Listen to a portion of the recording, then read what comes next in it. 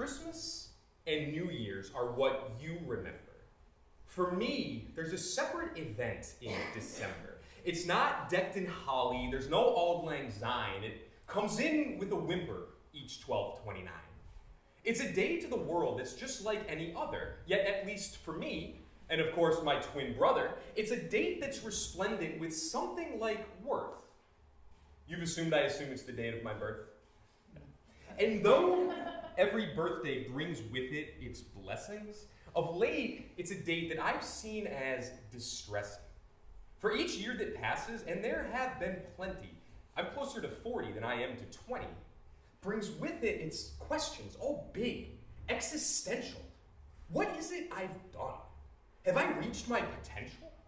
Are there books to be written or concerts to play? Am I on borrowed time before my hair goes gray? Is my eyesight going? Are these bags getting darker? Can I still pull off these thick-rimmed Warby Parkers? And thus, I present to my ego's deflation one man's early 30s, a brief lamentation. Your teen years are youthful and truthful and crushing. You're 20, you're gorgeous, you're brilliant, you're gushing. Yet hit 31, and those years of insanity start to give way to what feels like mundanity. You've traded "I'm terrified of global warming" for "I hope my Roth IRA is performing."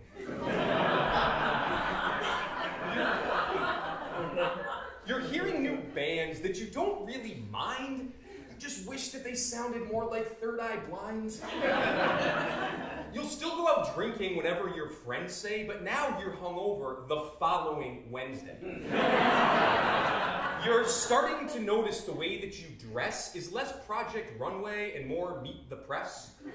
And if you can quote any lyrics by Fish, then you're not young, my friend. At your best, you're young-ish. Which is, of course, fine. I don't mean to sound bitter. I don't need to Snapchat. I barely use Twitter. I don't wax nostalgic. I'm not Peter Pan. It's just that by 30, you should be a man. A man with successes, a man with a story, a man who has triumphed or blazed out in glory. And sure, I'm accomplished, I'm not without skills, I own an apartment, I pay my own bills. It's just that my story, considered in context, could probably be written in Comic Sans font text. A bit underwhelming, a bit uninspired. You wonder if maybe the author was tired. And though I'm, of course, grateful and count every blessing, at 32 years, you just start second-guessing the kind of decisions that lead to a life where you've seen every episode of The Good Wife. That self-doubting devil that lives on your shoulder gets louder with each year that you get one older. Well, I've got a good job. I'm not living in squalor. At 30, Bill Gates was worth $1 billion.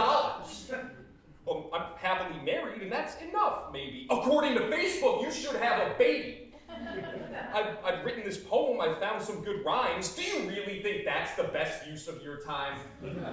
I've published some essays. Those might make me famous. Oh, really, Beyonce? Can you go last nameless?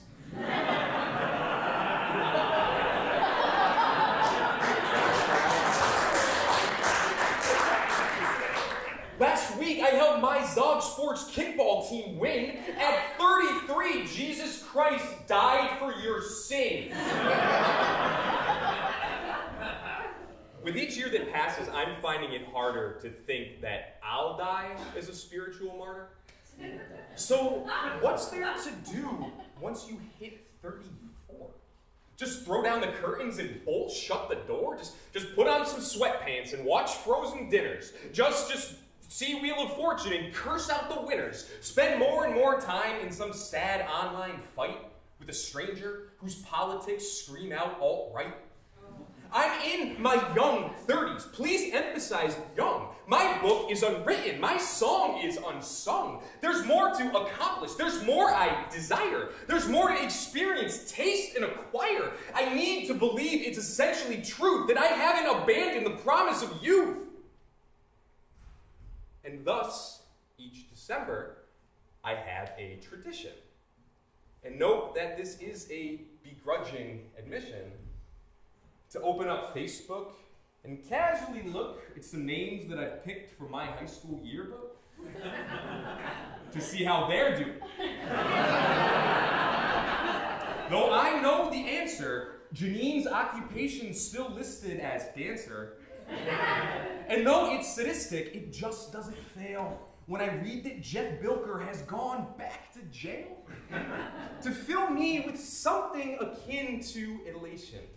As I think of Jeff and his incarceration, to realize that my life just isn't that hard.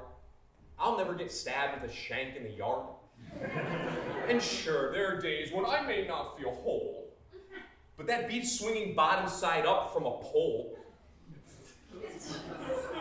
And suddenly, life seems a lot less distressing, and my early 30s a lot less depressing. There's no sense of angst towards the year that's ahead. Although, I should note that I've placed in its stead a crippling anxiety I'm sure to find waiting right round the corner past age 39.